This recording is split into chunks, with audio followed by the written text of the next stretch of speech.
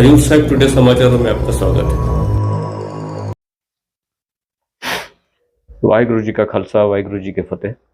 समूह सात संगत जी को धन धन श्री गुरु नानक देव जी महाराज के प्रकाश पर्व की हार्दिक शुभकामनाएं, हार्दिक बधाई। श्री गुरु नानक देव जी महाराज का यह 553वां प्रकाश पर्व है। समस्त जगत के लिए एक चेतना का एक संकेत है, क्योंकि कोविड की त्रासदी के 2 वर्षों के बाद अब हम हमारे गुरुपुरब बहुत ही अच्छे से मना रहे हैं। हर्ष उल्लास का वातावरण है। इस समय नांदेड़ के हजूर साहिब की सात संगत बिदर में गुरुद्वारा नानक झीरा साहब में प्रकाश पर्व मना रहे। नांदेड़ के तखत सचखंड श्री हजूर अफजलनगर साहिब गुरुद्वारा से विशेष चौकी यात्रा के रूप में हजारों की संख्या में सात संगत बिदर पहुंची है और बिदर में बहुत ही उत्साह के साथ गुरु नानक देव जी महाराज का प्रकाश पर्व मनाया गया। नगर कीर्तन यात्रा भी जारी है।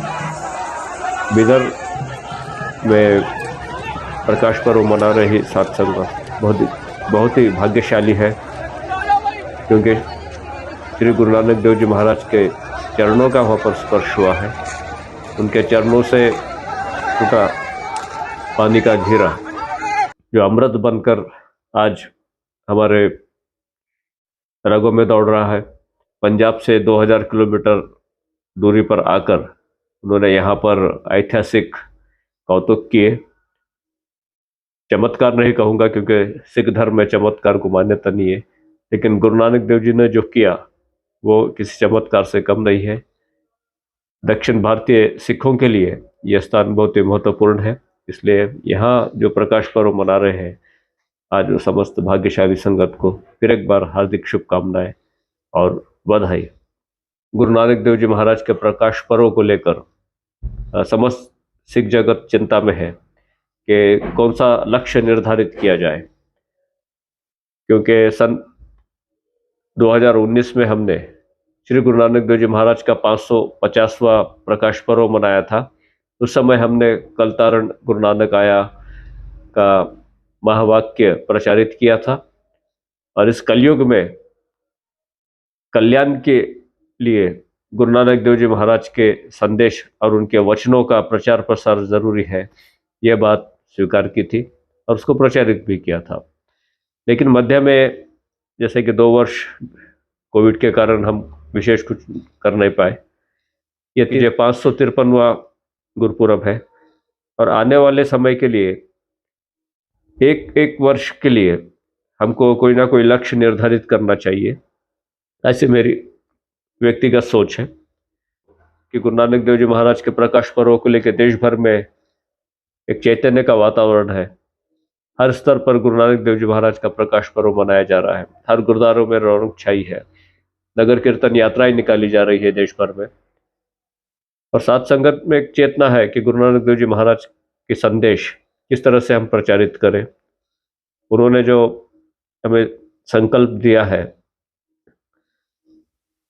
गुरु नानक देव जी महाराज ने, उन संकल्पों के हम पूर्ति सेवा के रूप में किस प्रकार से हम कर सकते हैं। मेरे मन में अचानक ये ख्याल आया कि हमारे इतने गुरुधाम है देश भर में, जम्मू कश्मीर से लेकर बिदर तक जितने ऐतिहासिक गुरुद्वारे हैं, तो क्यों ना ऐसी यात्राओं की लक्ष्य पूर्ति की जाए। क्योंकि गुरु नानक देव जी महाराज के 4 उदासियाँ, सभी को पता है कि 4 उदासियाँ कितने महत्वपूर्ण है उनके जीवन की। गुरु नानक देव जी महाराज ने 21 से 22 वर्ष उदासियों में बिताया और अनेक धर्मों को, अनेक तीर्थ स्थलों को जानने की कोशिश की। वहाँ पर पहुँचे, दर्शन किए, लोगों से बातचीत की, चर्चा की और उसके बाद में सिख धर्म की स्थापना हुई, सृजना हुई। गुरु नानक देव जी ने पश्चात में गुरबाणी का सृजन किया, जो हमारे लिए मार्गदर्शक तत्व है गुरबाणी। हमारे जितने भी ऐतिहासिक गुरुद्वारे हैं, उन ऐतिहासिक गुरुद्वारों को यात्राओं के माध्यम से जोड़ा जा सकता है। जैसा तखत साहिब से वर्ष 2008 में श्री गुरु ग्रंथ साहिब जी के गुरता गद्दी त्रिशताब्दी पर्व को समर्पित यात्रा निकाली गई थी, इसे जागृति यात्रा का नाम दिया गया था। उस यात्रा के तहत हमने भारत को जोड़ने का प्रयास किया गया था। उस प्रयास में काफ़ी लोग जुड़े थे और एक अच्छा प्रचार सिख धर्म का हुआ था।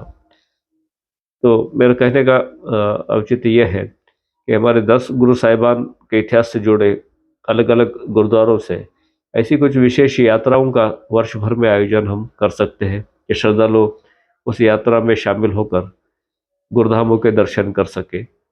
हजूर साहिब के लिए भी कुछ ऐसी यात्राएं बाहर से आनी चाहिए और हजूर साहिब से भी स्पेशल ट्रेन के माध्यम से, जैसे 5 तख्तों का संकल्प किया गया था लेकिन वो संकल्प अधूरा रह गया, कोई विशेष ट्रेन यहाँ से आयोजित की जा सकती है। तो उसमें सामाजिक संस्थाएं, गुरुद्वारा बोर्ड, गुरुद्वारा नानक जीरा साहिब बिदर, ये भी उसके अंदर शामिल होकर ऐसी यात्राओं का आयोजन कर सकते हैं जिससे कि सिख जो है आपस में एक रहे। इस समय जो वातावरण है देश भर में, वो सिख जो है बिखरे हुए नज़र आ रहे हैं। पंजाब में भी जो राजनीतिक घटनाएं चल रही है, अभी हाल ही में संदीप सूरी की जो घटना हुई है, उसके पहले संदीप मूसेवाला की घटना हुई है। इस प्रकार से सिखों में जो धड़े हैं वो राजनीतिक उद्देश्यों के लिए, उनके उद्देश्यों की पूर्ति के लिए धर्म का उपयोग करते नजर आ रहे हैं। यहाँ पर सिख धर्म को मिटाने या सताने के धमकियाँ दी जा रही है।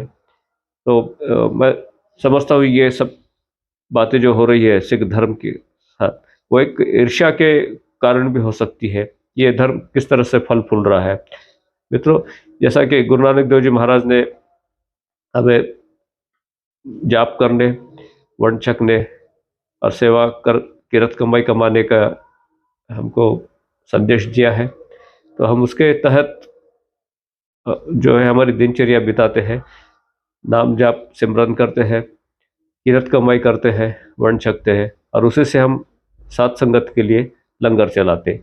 हमारे लिए सात संगत यानी कोई जाति पाति का भेद नहीं है, सभी को जो गुरु में निष्ठा रखता है उसे सात संगत मानते हैं। तो इस समय जैसा कि लंगर पर भी प्रश्न उठाया जा रहा है कि अनावश्यक लंगर ना किए जाए, ऐसे भी कुछ वीडियो मैंने अभी हाल ही में देखे हैं, तो उनको लेकर भी मैंने थोड़ा बहुत चिंतन किया है।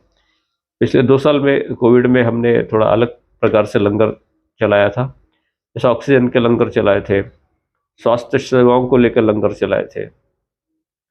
जितेंद्र सिंह शंटी जिन्होंने बहुत अच्छी सेवाएं की है कोविड के अंदर, उनका एक उदाहरण है। तो ऐसे बहुत सारी चीज़ें हैं जिससे सिख धर्म अन्य धर्मों से अलग और विशेष माना जाता है।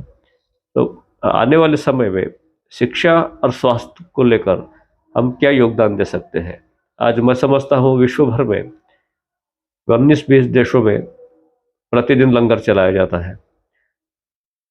लंगर होने चाहिए, ऐतिहासिक गुरुद्वारों में लंगर की मान्यता है, लेकिन सड़कों पर लगाए जा रहे लंगरों में थोड़े सा